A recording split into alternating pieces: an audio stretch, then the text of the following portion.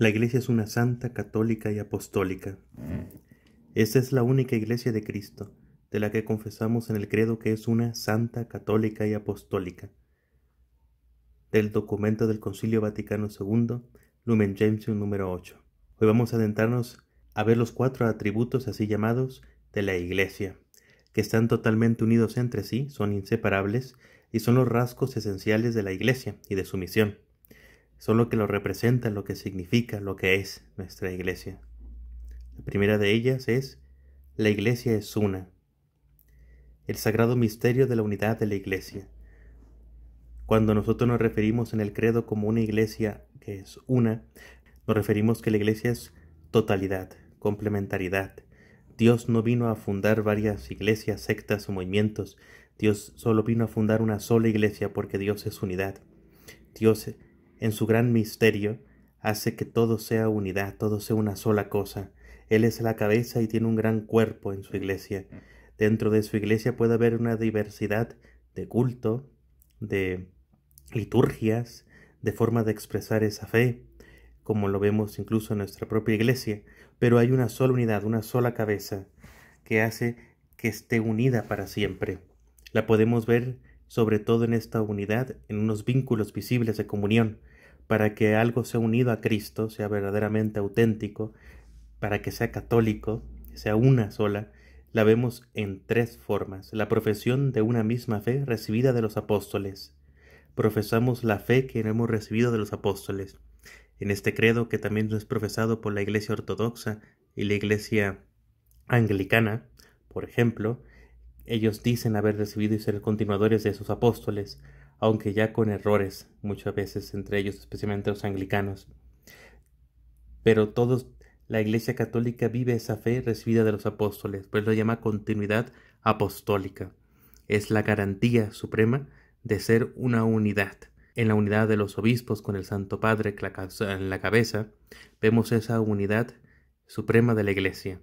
El Papa va a representar la unidad, es el símbolo de la unidad de la Iglesia.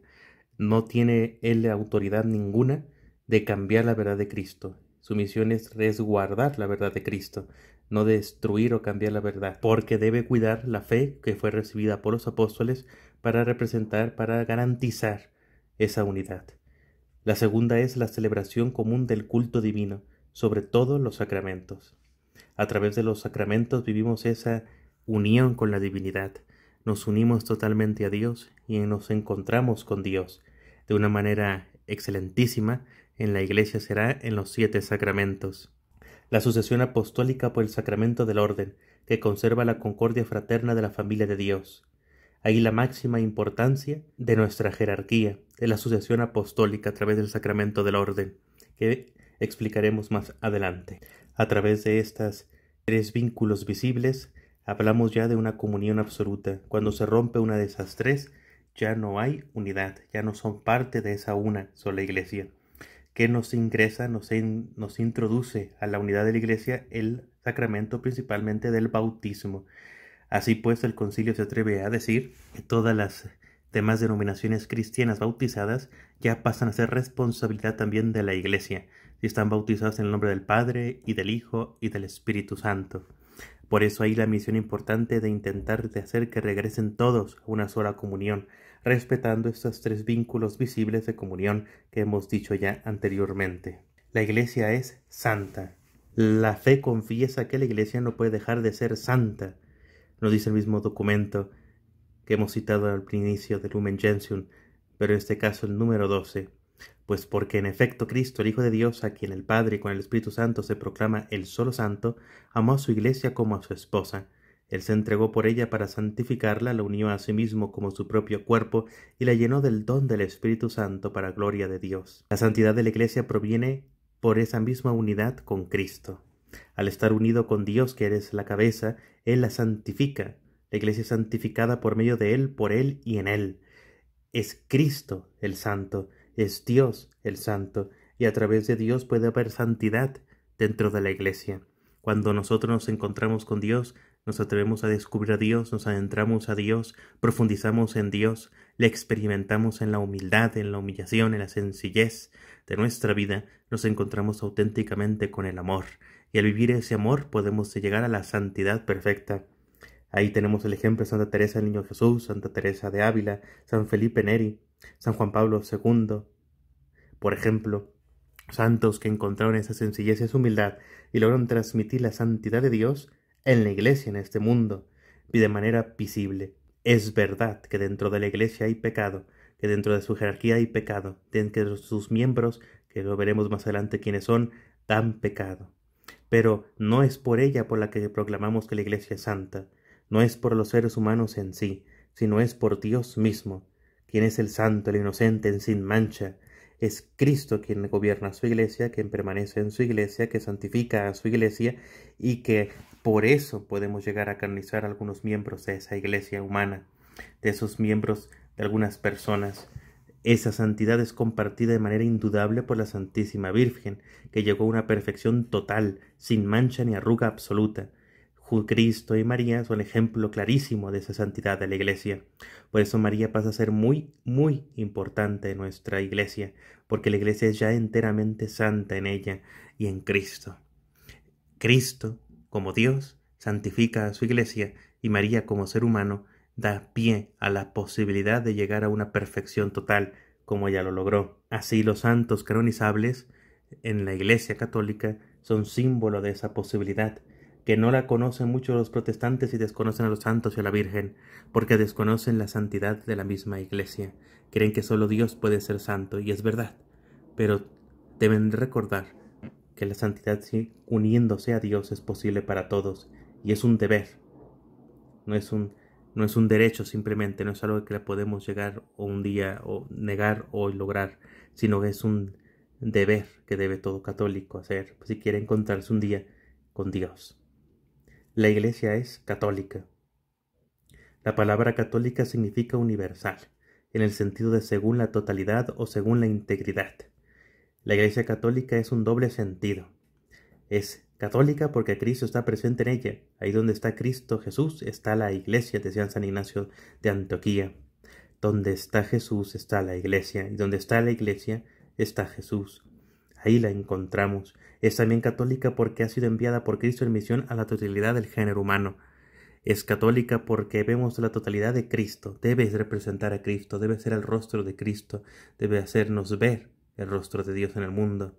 Ahí la importancia, pues, de las otras dos. Como decíamos, todas las características de la Iglesia, todos los atributos de la Iglesia están totalmente unidas, son inseparables.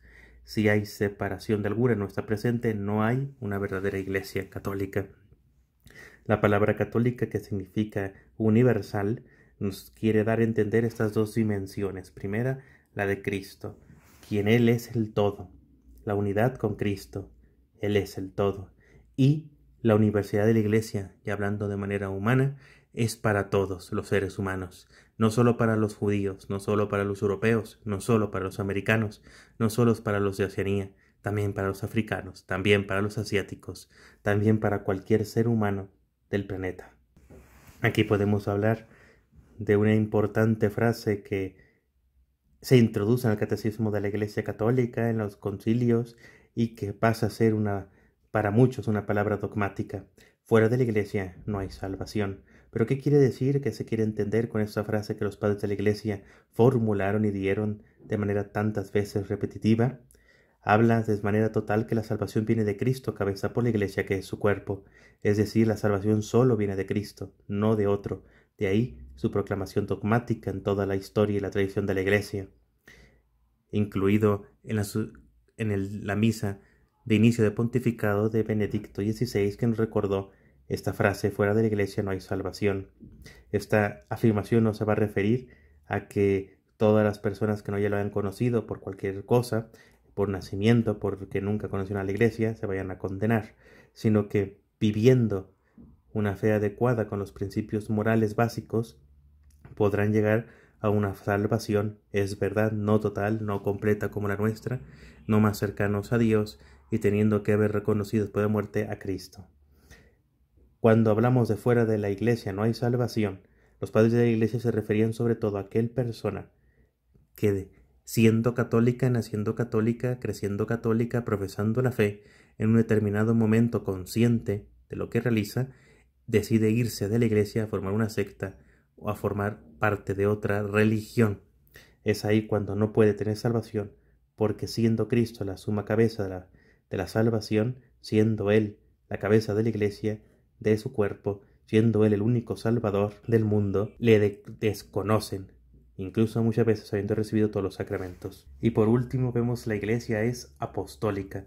Este último atributo nos quiere hablar sobre que la iglesia está fundamentada, está fundada, está cimentada sobre los apóstoles con un triple sentido.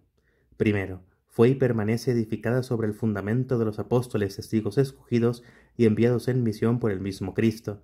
Segundo, guarda y transmite con la ayuda del Espíritu Santo que habita en ella la enseñanza, el buen depósito, las sanas palabras oídas a los apóstoles.